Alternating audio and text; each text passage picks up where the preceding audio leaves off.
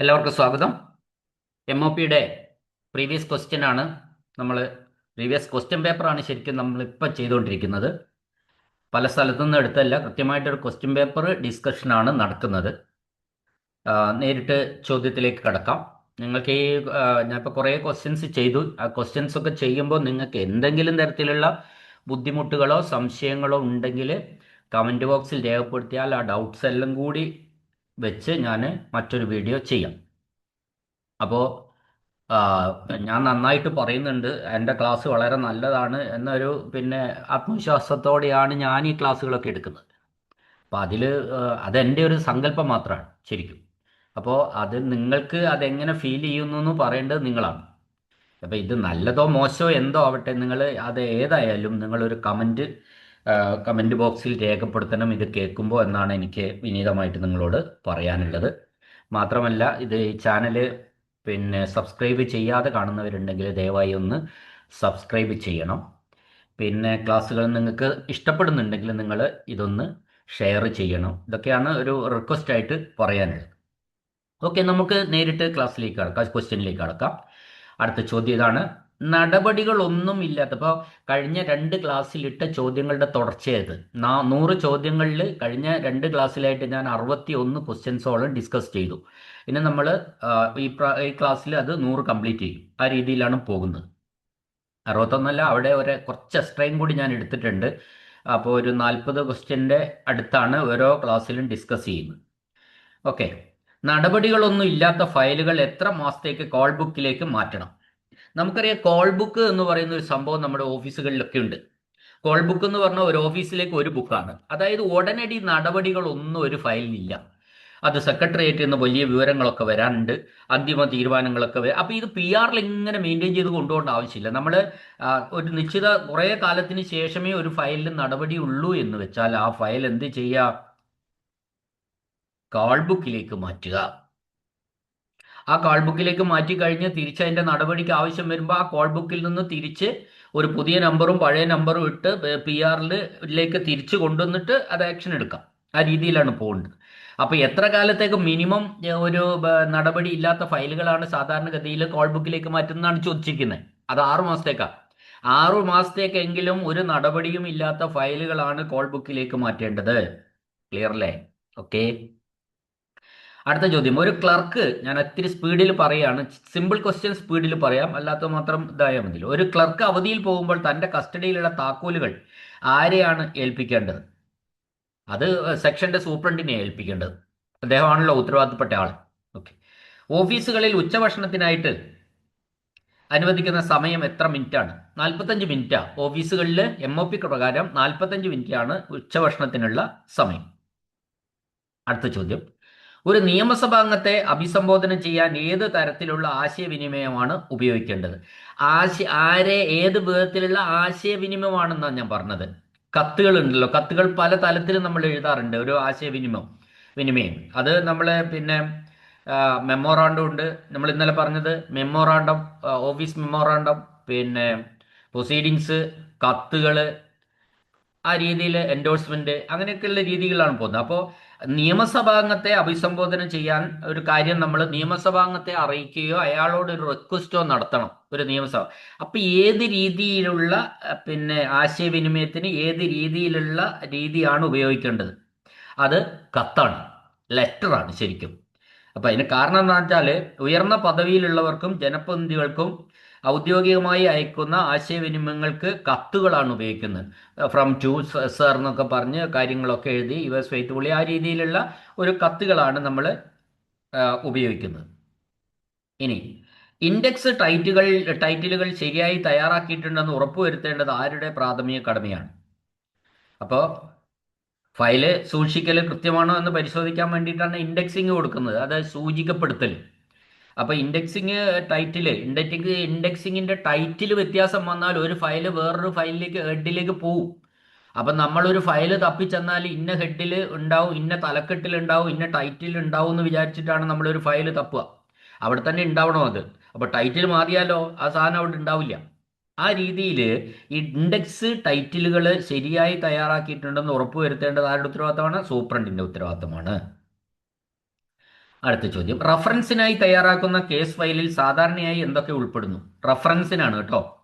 അപ്പോൾ റഫറൻസിനായി തയ്യാറാക്കുന്ന കേസ് ഫയലിൽ കറണ്ട് ഫയൽ ഉണ്ടാവും, നോട്ട് ഫയൽ ഉണ്ടാവും, അതുമായിട്ട് ബന്ധപ്പെട്ട പഴയ പേപ്പറുകൾ ഉണ്ടാവും. ഇതൊക്കെ ചേർന്നതാണ് ഒരു റഫറൻസിന് വേണ്ടിയിട്ട് തയ്യാറാക്കുന്ന കേസ് ഫയലിൽ ഉണ്ടാവുക. അപ്പോൾ ഒരു വിഷയത്തെ സംബന്ധിച്ച പൂർണ്ണമായ വിവരങ്ങൾക്ക് ഈ മൂന്ന് കാര്യങ്ങളും ആവശ്യമാണ്.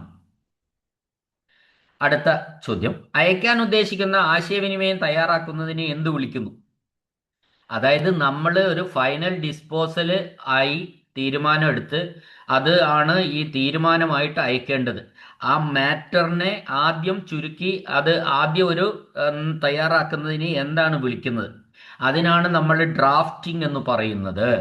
അയക്കാൻ ഉദ്ദേശിക്കുന്ന ആശയവിനിമയം തയ്യാറാക്കുന്നതിനെയാണ് ഡ്രാഫ്റ്റിംഗ് എന്ന് പറയുന്നത്. അതാണ് ഡിസ്പോസലായിട്ട് പോകുന്നത് ശരിക്കും. അപ്പൊ അത് ശരിക്കും പറഞ്ഞാൽ ഈ ഔദ്യോഗികമായിട്ടുള്ള കത്തുകളോ അല്ലെങ്കിൽ ചിലപ്പോൾ ഔദ്യോഗികമായിട്ടുള്ള കത്തുകളാവാം, അല്ലെങ്കിൽ ഔദ്യോഗികമായിട്ടുള്ള ഉത്തരവുകളാവാം, അത് കരടായിട്ട് എഴുതി തയ്യാറാക്കുന്ന രീതിയാണ് ഈ ഡ്രാഫ്റ്റിംഗ് എന്ന് പറയുന്നത്.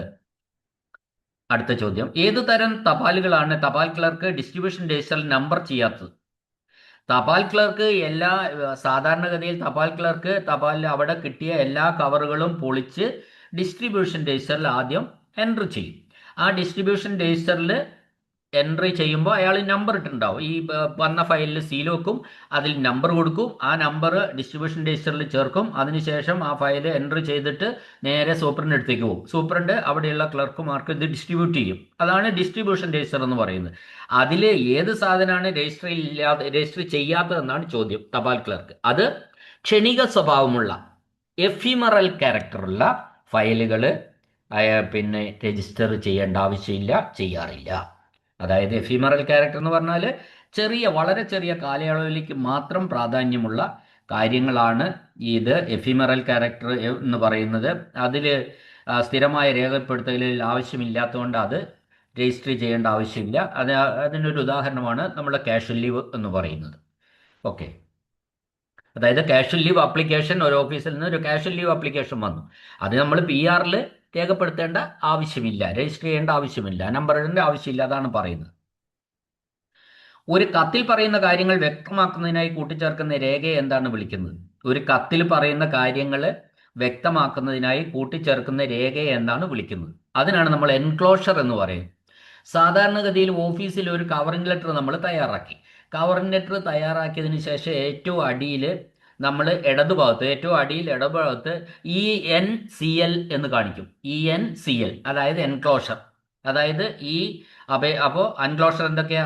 അപ്ലിക്കേഷൻ, കോപ്പി ഓഫ് ഇന്നത്, ഇതെല്ലാമാണ്. അതായത് ഈ അപേക്ഷയോടൊപ്പം അറ്റാച്ച് ചെയ്തിട്ടുള്ള ആ കാര്യങ്ങൾ വ്യക്തമാക്കാൻ വേണ്ടി സപ്പോർട്ട് ചെയ്തിരിക്കുന്ന രേഖകളുടെ കോപ്പികൾ നമ്മൾ എൻക്ലോഷറായിട്ട് വെക്കും, എന്നിട്ട് ആ തുന്നിക്കിട്ടുക.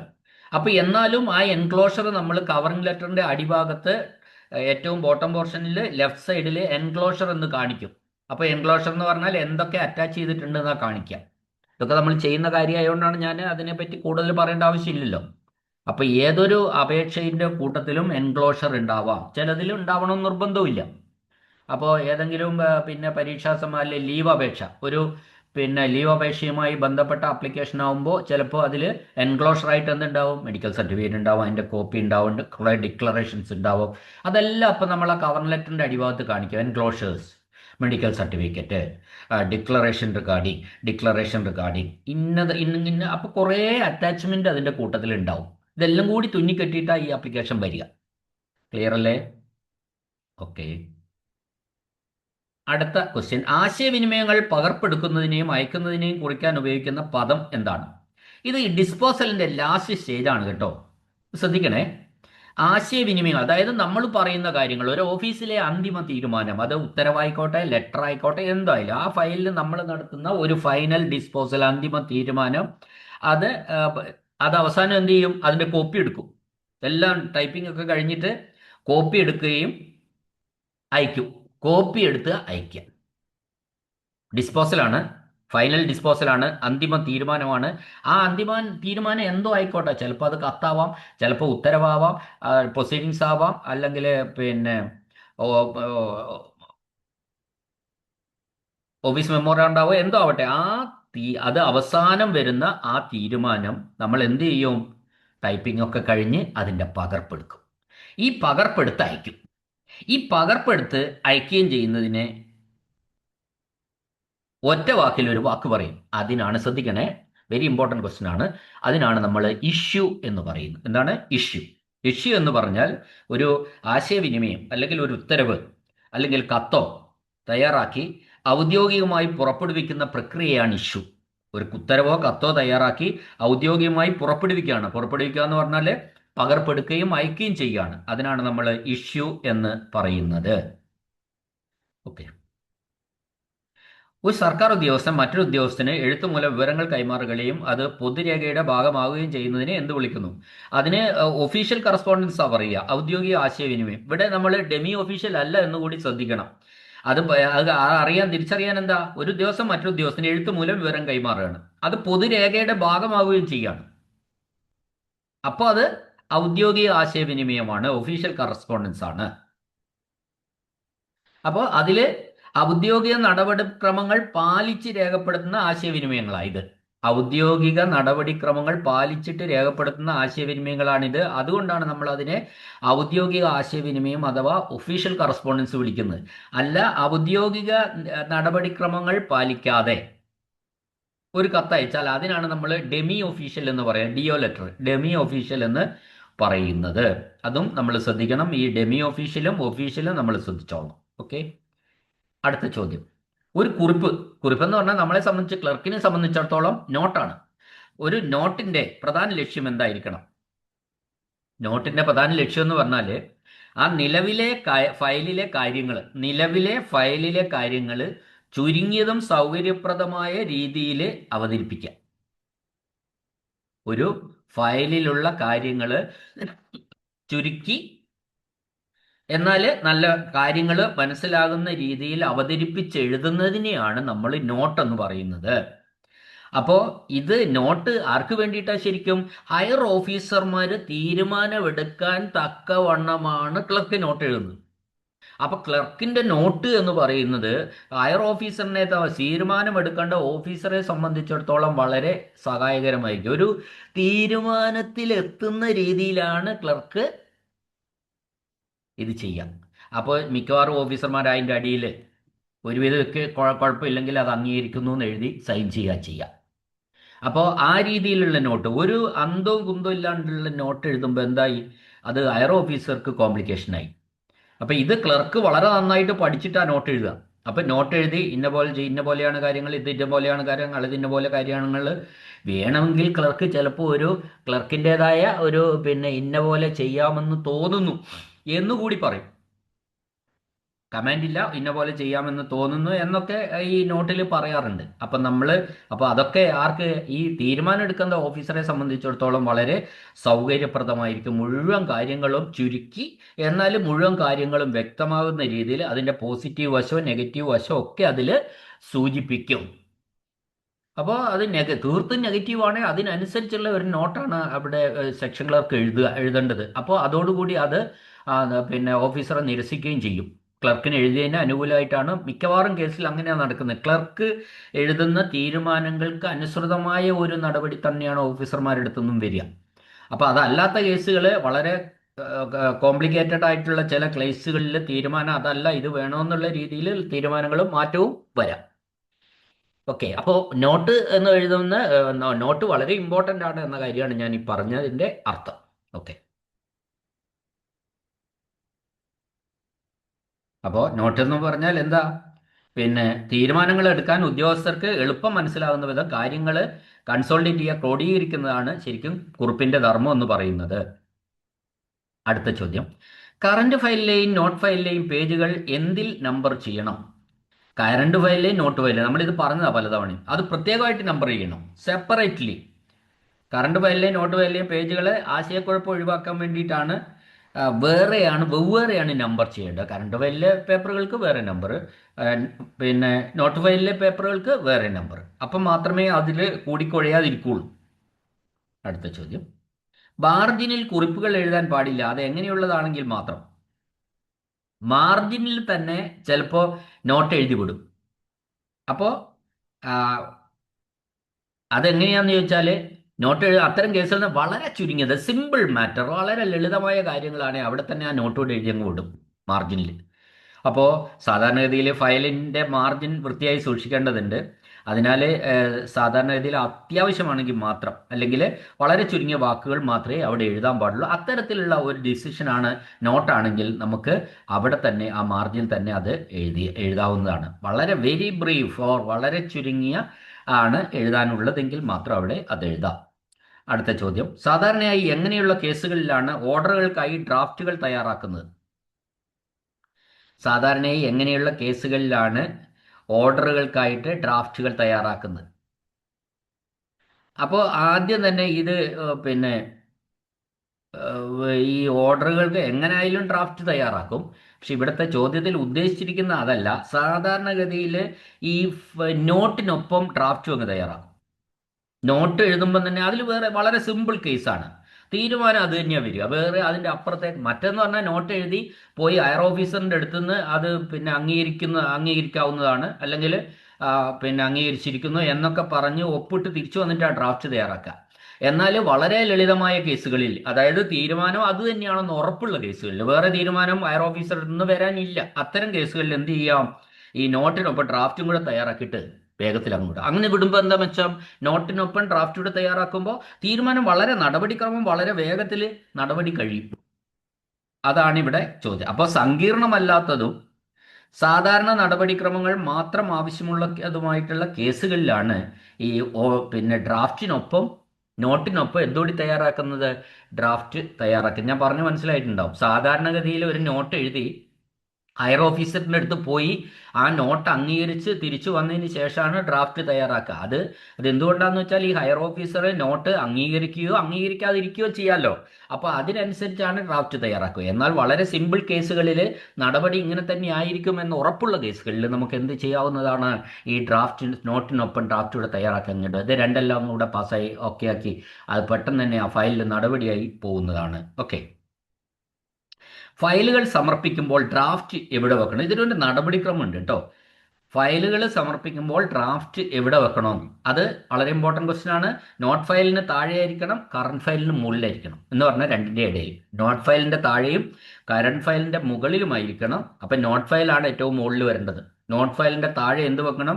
ഡ്രാഫ്റ്റ് വെക്കണം. അതിൻ്റെ താഴെ എന്ത് വെക്കണം? കറണ്ട് ഫയൽ വെക്കണം. ഈ രീതിയിലാണ് ഫയൽ കെട്ടിയിട്ട് സമർപ്പിക്കേണ്ടത്. അപ്പോൾ ഇത് ഫയല് പരിശോധിക്കുന്ന ഉദ്യോഗസ്ഥനാണെങ്കിൽ ഹയർ ഓഫീസർ എന്ത് ചെയ്യും, നോട്ട് വായിച്ച ശേഷം ഡ്രാഫ്റ്റ് എളുപ്പത്തിൽ കാണാൻ വേണ്ടിയിട്ടാണ് അത്തരത്തിൽ ചെയ്യുന്നത്. ആദ്യം നോട്ട് വെക്കും, നോട്ട് വായിക്കും, അതിനുശേഷം ഡ്രാഫ്റ്റ് പരിശോധിക്കാൻ വേണ്ടിയാണ് ഇതിൻ്റെ താഴെ ഡ്രാഫ്റ്റ് വെക്കുന്നത്. അടുത്ത ചോദ്യം, ഫെയർ കോപ്പി സെക്ഷന്റെ കാര്യക്ഷമമായ പ്രവർത്തനത്തിന് നേരിട്ട് ഉത്തരവാദി ആരാണ്? ഫെയർ കോപ്പി സൂപ്രണ്ടാണ്. നമുക്കറിയാം ഫെയർ കോപ്പി എന്ന് പറയുന്നത് ടൈപ്പിസ്റ്റുകളുടെ ഒരു റൂമാണ്, ഒരു സെക്ഷനാണ്. അവിടെ ടൈപ്പിസ്റ്റുകളും ഫെയർ കോപ്പിക്കാരും സൂപ്രണ്ടും മാത്രമേ ഉള്ളൂ. അതാണ് ഫെയർ കോപ്പി സെഷൻ. അപ്പോൾ ഫെയർ കോപ്പി സെഷന്റെ പിന്നെ ഹയർ അതോറിറ്റി, ഹയറല്ല, അതിൻ്റെ ഉത്തരവാദിത്വം വഹിക്കുന്ന ആളെന്ന് പറയുന്നത് ഫെയർ കോപ്പി സൂപ്രണ്ടാണ്. ടൈപ്പിസ്റ്റ് പ്രൊമോട്ട് ചെയ്ത് വരുന്നതാണ് ഫെയർ കോപ്പി സൂപ്രണ്ട്. ഓക്കെ, അടുത്ത ചോദ്യം, റെക്കോർഡുകൾ നൽകിയതിൻ്റെ വിവരങ്ങൾ ഏത് രജിസ്റ്ററിലാണ് രേഖപ്പെടുത്തുന്നത്? അതായത് റെക്കോർഡുകൾ നൽകി ഇതിൻ്റെ വിവരങ്ങൾ, അതായത് റെക്കോർഡ് റൂമിൽ നിന്ന് റെക്കോർഡുകൾ കിട്ടും ക്ലർക്കുമാർക്ക്. എങ്ങനെ? അവർ റിക്വസിഷൻ സ്ലിപ്പ് കൊടുക്കുമ്പോൾ ക്ലർക്കുമാർക്ക് പഴയ ഫയലുകൾ ആവശ്യമായി വരുന്ന സന്ദർഭത്തിൽ, അല്ലെങ്കിൽ മറ്റെന്തെങ്കിലും കേസുമായി ബന്ധപ്പെട്ട പഴയ ഫയലുകൾ നോക്കേണ്ട സന്ദർഭം വരുമ്പോൾ ക്ലർക്കുമാർ ഒരു റിക്വസിഷൻ സ്ലിപ്പ് സെക്ഷനിൽ പിന്നെ സ്റ്റോർ റൂമിൽ, റെക്കോർഡ് റൂമിൽ റെക്കോർഡ് കീപ്പറിന് കൊടുത്തിട്ട് അവിടുന്ന് ഫയൽ എടുക്കാറുണ്ട്. അപ്പോൾ അങ്ങനെ കൊടുത്തിട്ട് ഫയലുകൾ ക്ലർക്കുമാർ കൊണ്ടുപോകുമ്പോൾ ആ റെക്കോർഡ് കീപ്പർ ഒരു രജിസ്റ്ററിൽ ഇത് രേഖപ്പെടുത്തും, പുറത്തേക്ക് കൊടുത്തിരിക്കുന്ന ഫയലുകൾ ഏതൊക്കെയാണ്, അപ്പോൾ ആർക്കാണ് നൽകിയത് ഏത് ഫയലാണ് കൊടുത്തത് എന്നുള്ള വിവരങ്ങളൊക്കെ ഒരു രജിസ്റ്ററിൽ സൂക്ഷിക്കും. ആ രജിസ്റ്ററിന്റെ പേരാണ് record issue register. Record issue register. Okay. Attendance രജിസ്റ്ററിന്റെ കസ്റ്റോഡിയൻ ആരാണ്? സെക്ഷൻ സൂപ്രണ്ടാണ്. അറ്റൻഡൻസ് രജിസ്റ്ററിന്റെ കസ്റ്റോഡിയൻ സെക്ഷൻ സൂപ്രണ്ടാണ്. അടുത്ത ചോദ്യം, ഒരു ഓഫീസിൽ പ്രത്യേക റെക്കോർഡ് റൂം ഉണ്ടെങ്കിൽ യഥാസമയം റെക്കോർഡുകൾ നശിപ്പിക്കുന്നതിന് ആരായിരിക്കും ഉത്തരവാദി? എല്ലാ ഓഫീസിലും റെക്കോർഡ് റൂം ഇല്ല. അപ്പോൾ റെക്കോർഡ് റൂമുള്ള വലിയ ഓഫീസുകളിൽ ഈ റെക്കോർഡുകൾ ഓരോ കാലഘട്ടങ്ങളും കഴിഞ്ഞാലും നമുക്ക് നശിപ്പിക്കാവുന്നതാണ്. ആ നശിപ്പിക്കേണ്ടതിൻ്റെ ഉത്തരവാദിത്വം ആർക്കായിരിക്കും എന്നാണെന്ന് ചോദിച്ചാൽ അത് റെക്കോർഡ് കീപ്പർക്കാണ്. ഇപ്പോൾ റെക്കോർഡ് റൂമിൻ്റെ ചുമതലയുള്ള വ്യക്തി എന്ന നിലയിൽ കാലാവധി കഴിഞ്ഞ് റെക്കോർഡുകൾ കൃത്യസമയത്ത് നശിപ്പിക്കേണ്ടതും റെക്കോർഡ് കീപ്പറുടെ ജോലിയാണ്. ഇനി അടുത്ത ചോദ്യം ഒരു ഇമ്പോർട്ടൻ്റ് ആണ്, സ്ഥിരമായിട്ടുള്ളതല്ല, ഒരു റയർ ക്വസ്റ്റ്യൻ ആണ്. സപ്ലൈ ഓഫ് റെക്കോർഡ്സ് റൂൾസ് പ്രകാരം ആവശ്യമുള്ള ഒരു റെക്കോർഡ് കണ്ടെത്താൻ കഴിഞ്ഞില്ലെങ്കിൽ സ്വീകരിക്കേണ്ട നടപടി എന്താണ്? ഒരു റിക്വസിഷൻ സ്ലിപ്പ് ക്ലർക്ക് തന്നു, അയാൾക്ക് ആവശ്യമുള്ള ഒരു റെക്കോർഡ് കണ്ടെത്താൻ കഴിഞ്ഞില്ല, നോക്കിയിട്ട് എവിടെയും കണ്ടെത്താൻ കഴിഞ്ഞില്ലെങ്കിൽ എന്താ അതിന് സ്വീകരിക്കേണ്ട ഒരു നടപടിക്രമം എന്താണെന്ന് ചോദിച്ചത്. അപ്പോൾ അങ്ങനെ കണ്ടെത്താൻ കഴിഞ്ഞില്ലെങ്കിൽ, ക്ലർക്ക് ആവശ്യപ്പെട്ട റെക്കോർഡ് റൂമിൽ നിന്ന് കണ്ടെത്താൻ കഴിഞ്ഞില്ലെങ്കിൽ ആ ക്ലർക്കിനെ അതുമായി ബന്ധപ്പെട്ട വിവരം രേഖപ്പെടുത്തിക്കൊണ്ട് റിക്വസിഷൻ സ്ലിപ്പ് തിരികെ നൽകണം. ആ വിവരം, അതായത് ഈ ഫയല് റെക്കോർഡ് റൂമിൽ നിന്ന് കണ്ടെത്താൻ കഴിഞ്ഞിട്ടില്ല എന്ന വിവരം രേഖപ്പെടുത്തിക്കൊണ്ട് ആ റിക്വസിഷൻ സ്ലിപ്പ് തിരികെ നൽകണം. അതാണ് അതിൻ്റെ നടപടിക്രമം. ഇനി അടുത്ത ചോദ്യം, രേഖകൾ നശിപ്പിക്കേണ്ടത് എപ്പോഴാണ്? രേഖകൾ നശിപ്പിക്കേണ്ടതെന്ന് പറയുന്നതിൽ ആ നിർദ്ദേശിക്കപ്പെട്ട കാലാവധി കഴിഞ്ഞാലുടൻ രേഖകൾ നശിപ്പിക്കാം. അതിന് നമുക്കറിയാലോ, ഓരോ തരം രേഖകളും സൂക്ഷിക്കേണ്ട നിശ്ചിത കാലാവധി ഉണ്ട്. അത് പിന്നെ 1 വർഷമുണ്ട്, 2 വർഷമുണ്ട്, 3 വർഷമുണ്ട്, 5 വർഷമുണ്ട്, 10 വർഷമുണ്ട്, 20 വർഷമുണ്ട്, തീരെ നശിപ്പിക്കാൻ പാടില്ല എന്ന് പറയുന്നതൊക്കെ ഉണ്ട്. അപ്പോൾ അതൊക്കെ ആ ഒരു പീരീഡ് കഴിഞ്ഞാണ് നശിപ്പിക്കുക. അടുത്ത ചോദ്യം, ആരുടെ സാന്നിധ്യത്തിലാണ് വിലപിടിപ്പുള്ളവ അയക്കുന്നതിനായി കവറിലാക്കി സീൽ ചെയ്യേണ്ടത്? വിലപിടിപ്പുള്ള ഒരു സാധനം അയക്കുകയാണ്, അപ്പോൾ അത് കവറിലാക്കി സീൽ ചെയ്യണം. അപ്പോൾ അത് ആരുടെ സാന്നിധ്യത്തിലാണ്?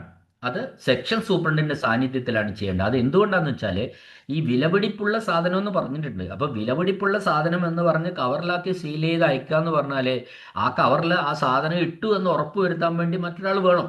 അല്ലെങ്കിൽ കവർ വെറുതെയും സീൽ വെച്ച് അയക്കാമല്ലോ. ഞാൻ അതിൻ്റെ ഒരു ഇത് പറഞ്ഞ കേട്ടോ, ലോജിക്ക് പറഞ്ഞതാ. അപ്പോൾ അത് ബോധ്യപ്പെടുത്തേണ്ടത് ക്ലർക്കിൻ്റെ അതിന് ബന്ധപ്പെട്ട ആളുടെ ഉത്തരവാദിത്വമാണ്. അത് വെരിഫൈ ചെയ്യേണ്ടത് ഹയർ ഓഫീസറിൻ്റെ ഉത്തരവാദിത്വമാണ്. അപ്പം നമ്മൾ ഇത്തരം കാര്യങ്ങൾ സെക്ഷൻ സൂപ്രണ്ടാണ്, അത് ആ സെക്ഷൻ സൂപ്രണ്ടിൻ്റെ സാന്നിധ്യത്തിലാണ് കവറിനകത്ത് വെച്ചിട്ട് സീൽ ചെയ്യേണ്ടത്.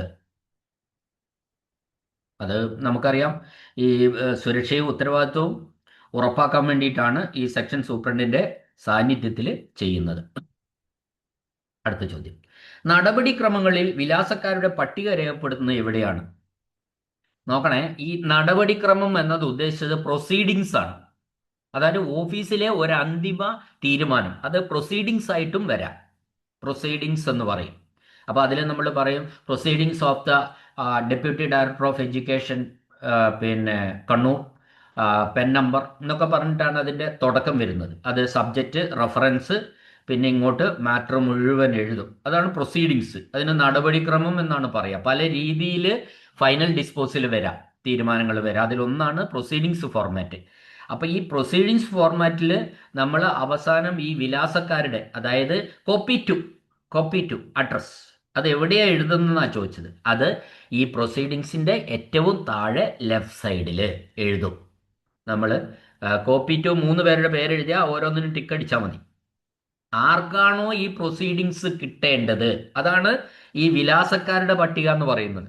അപ്പോൾ ഒരു പ്രൊസീഡിങ്സ് തയ്യാറായി, ഒരു ഫൈനൽ ഡിസ്പോസൽ തയ്യാറായി, അത് നമ്മളെ ഓഫീസിൽ എല്ലാം കഴിഞ്ഞു, പിന്നെ അയക്കുന്നതിന് മുമ്പായിട്ട് ആ പേപ്പറിൽ ആ പ്രൊസീഡിങ്സിൽ തന്നെ ഈ പ്രൊസീഡിങ്സ് ആർക്കൊക്കെ കിട്ടണം എന്ന കാര്യത്തിൽ താഴെ എഴുതിയിട്ടുണ്ടാവും. അതാണ് വിലാസക്കാരുടെ പട്ടിക. അവിടെ പിന്നെ താഴെ 1ാമത്തെ ആൾ, 2ാമത്തെ ആൾ, 3ാമത്തെ ആൾ, 3ഉം ഒരെണ്ണത്തിലുണ്ടാവും. എന്നിട്ട് ഓരോ കോപ്പിയിലും ഓരോരുത്തർക്ക് ടിക്ക് ഇട്ടാൽ മതി. അപ്പോൾ കൺസേൺഡ് വ്യക്തികൾക്ക് ഈ പ്രൊസീഡിങ്സിന്റെ കോപ്പി കിട്ടുന്ന രീതിയിൽ. അടുത്ത ചോദ്യം, ഫയൽ ചെയ്ത പേപ്പറുകൾ എപ്പോഴാണ് ഇൻഡെക്സ് ചെയ്യപ്പെടുന്നത്?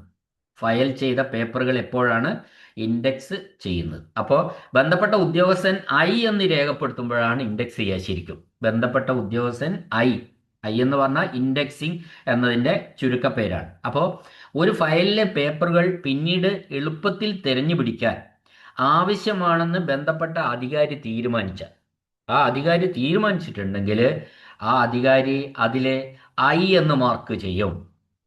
അതനുസരിച്ച് ഇൻഡെക്സ് തയ്യാറാക്കുകയും ചെയ്യും. ഓക്കെ, അടുത്ത ചോദ്യം, തപാൽ വഴി ലഭിക്കുന്ന പ്രത്യേകിച്ച് നടപടികൾ ആവശ്യമില്ലാത്ത സർക്കാർ ഉത്തരവുകൾ എന്ത് ചെയ്യണം? തപാലിൽ ഇങ്ങനെ കുറേ മേലേന്ന് ഓഫീസുകളിൽ നിന്ന് ഇപ്പം കുറവാണ്, എന്നാൽ നമുക്ക് ഓർഡറുകൾ, ഉത്തരവിൻ്റെ കോപ്പി, ഒരു സംസ്ഥാനം മുഴുവൻ നടപ്പിലാകുന്ന ഒരു ഉത്തരവിൻ്റെ കോപ്പി, അങ്ങനെയൊക്കെ തപാലിൽ ഇങ്ങനെ വരും. എന്നാൽ അതിൻ്റെ മേലെ ഒരു നടപടിയൊന്നും ഉണ്ടാവില്ല. എല്ലാവരുടെയും അറിവിലേക്ക് ഉത്തരവ് വന്നെന്ന് മാത്രമേ ഉള്ളൂ. അത്തരത്തിൽ പ്രത്യേകിച്ച് ആക്ഷൻസ് ഒന്നും ആവശ്യമില്ലാത്ത അല്ലെങ്കിൽ നടപടികൾ ആവശ്യമില്ലാത്ത സർക്കാർ ഉത്തരവുകൾ അതെന്ത് ചെയ്യണമെന്നാണ് ചോദിച്ചത്. അതൊരു ഫയൽ ചെയ്യും. അതിന് നമ്മൾ സ്റ്റോക്ക് ഫയൽ എന്നാണ് സാധാരണഗതിയിൽ പറയുക. അത് ഓഫീസിൽ തന്നെയുള്ള ഫയലിൽ ഇടും. അപ്പോൾ ഫയലിൽ ഇങ്ങനെ സ്റ്റോക്ക് ഫയലിൽ ഇട്ടാൽ ചില ഉത്തരവുകൾ നമുക്ക് പിന്നീട് ആവശ്യം വരും. അപ്പോൾ നമ്മൾ എന്ത് പറയും? അത് സ്റ്റോക്ക് ഫയലിൽ ഒന്ന് നോക്കുമെന്ന് പറയും. അപ്പോൾ സ്റ്റോക്ക് ഫയലിൽ ഇത് പല കാലങ്ങളായിട്ട് വന്ന ഒരുപാട് ഉത്തരവുകളുണ്ട്. ആ ഉത്തരവുകളെല്ലാം കൂടിയാണ് നമ്മൾ സ്റ്റോക്ക് ഫയലിൽ ഇടുക. ആ സ്റ്റോക്ക് ഫയൽ പരിശോധിച്ചാൽ നമുക്ക് ആവശ്യമുള്ള മുൻകാലങ്ങളിൽ തപാലിൽ വന്ന ഏതെങ്കിലും ഓർഡറുകൾ, ഉത്തരവുകൾ ഉണ്ടെങ്കിൽ അത് നമുക്ക് സ്റ്റോക്ക് ഫയലിൽ നിന്ന് ലഭ്യമാകും. That is stock file. അപ്പോൾ നമ്മൾ ഇത് അടിയന്തര നടപടി ആവശ്യമില്ല, എന്നാൽ ഭാവിയിൽ റഫറൻസിന് ആവശ്യമായതുമായിട്ടുള്ള ഉത്തരവുകളാണ് ഇത്തരത്തിൽ ഫയലിൽ സൂക്ഷിക്കുന്നത്. നമ്മൾ ഫയലിൽ സൂക്ഷിക്കുന്നത് വെറുതെ അല്ല, അത് ഫ്യൂച്ചറിൽ നമുക്ക് തന്നെ ആവശ്യമായി വരാം ഏതെങ്കിലുമൊക്കെ. അങ്ങനെ വന്നാൽ അവിടെ നോക്കിയാൽ മതിയല്ലോ. ഇങ്ങനെ പരത്തി എവിടെയെങ്കിലും കൊണ്ടുപോയി ഇട്ടാൽ അത് കിട്ടില്ലല്ലോ. അപ്പോൾ സ്റ്റോക്ക് ഫയലിൽ തന്നെ ഇട്ടാൽ അത് കൃത്യമായിട്ട് നമുക്ക് റെഫർ ചെയ്യാവുന്നതാണ്. അടുത്ത ചോദ്യം, റിമൈൻഡർ ഡയറി പരിപാലിക്കേണ്ടത് ആരാണ്? റിമൈൻഡർ ഓർമ്മപ്പെടുത്തൽ ഡയറി നമുക്ക് പറയാം അല്ലേ. റിമൈൻഡർ ഡയറി പരിപാലിക്കേണ്ടത്, മെയിൻറ്റെയിൻ ചെയ്യേണ്ടത് ക്ലർക്കാണ്. അതായത് റിമൈൻഡർ ഡയറി എന്തിനാണ്? ക്ലർക്ക് കൈകാര്യം ചെയ്യുന്ന ഫയലുകളിലെ മറുപടികൾ കൃത്യസമയത്ത് ലഭിക്കുന്നുണ്ടെന്ന് ഉറപ്പുവരുത്താൻ ഓരോ ക്ലർക്കും ശരിക്കും റിമൈൻഡർ ഡയറി സൂക്ഷിക്കേണ്ടതാണ്. അദ്ദേഹം ക്ലർക്ക് കൈകാര്യം ചെയ്യുന്ന ഫയലുകളിലെ മറുപടികൾ കൃത്യസമയത്ത് ലഭിക്കുന്നുണ്ടെന്ന് ഉറപ്പുവരുത്താൻ വേണ്ടിയാണ് ഓരോ ക്ലർക്കും റിമൈൻഡർ ഡയറി സൂക്ഷിക്കുന്നത്. അടുത്ത ചോദ്യം, ഒരേ ദിവസം ഒരേ ഉദ്യോഗസ്ഥന് അയക്കേണ്ട നിരവധി കത്തുകൾ ഉണ്ടെങ്കിൽ അവ എങ്ങനെ അയക്കണം? ഒരു ഉദ്യോഗസ്ഥന് ഒരു ദിവസം തന്നെ കുറേ കത്തുണ്ട്, ഒറ്റ കവറിലാക്കിയിട്ട് അങ്ങോട്ട് അയച്ചാൽ മതി. അപ്പോൾ എന്ത് പറ്റും? തപാൽ ചെലവൊക്കെ കുറയ്ക്കാൻ വേണ്ടി സഹായിക്കും. അടുത്ത ചോദ്യം, നിലവിലുള്ള ഒരു കേസുമായി ബന്ധമില്ലാത്ത ഒരു പേപ്പർ ഓഫീസിൽ ലഭിച്ചാൽ അതിനെ എന്ത് വിളിക്കും? നിലവിലുള്ള ഒരു കേസുമായി ബന്ധമില്ലാത്ത ഒരു പേപ്പർ ഓഫീസിൽ ലഭിച്ചാൽ അതിനെ നമ്മൾ ന്യൂ കേസ് എന്ന് പറയും. ന്യൂ കേസ് അഥവാ പുതിയ കേസ്.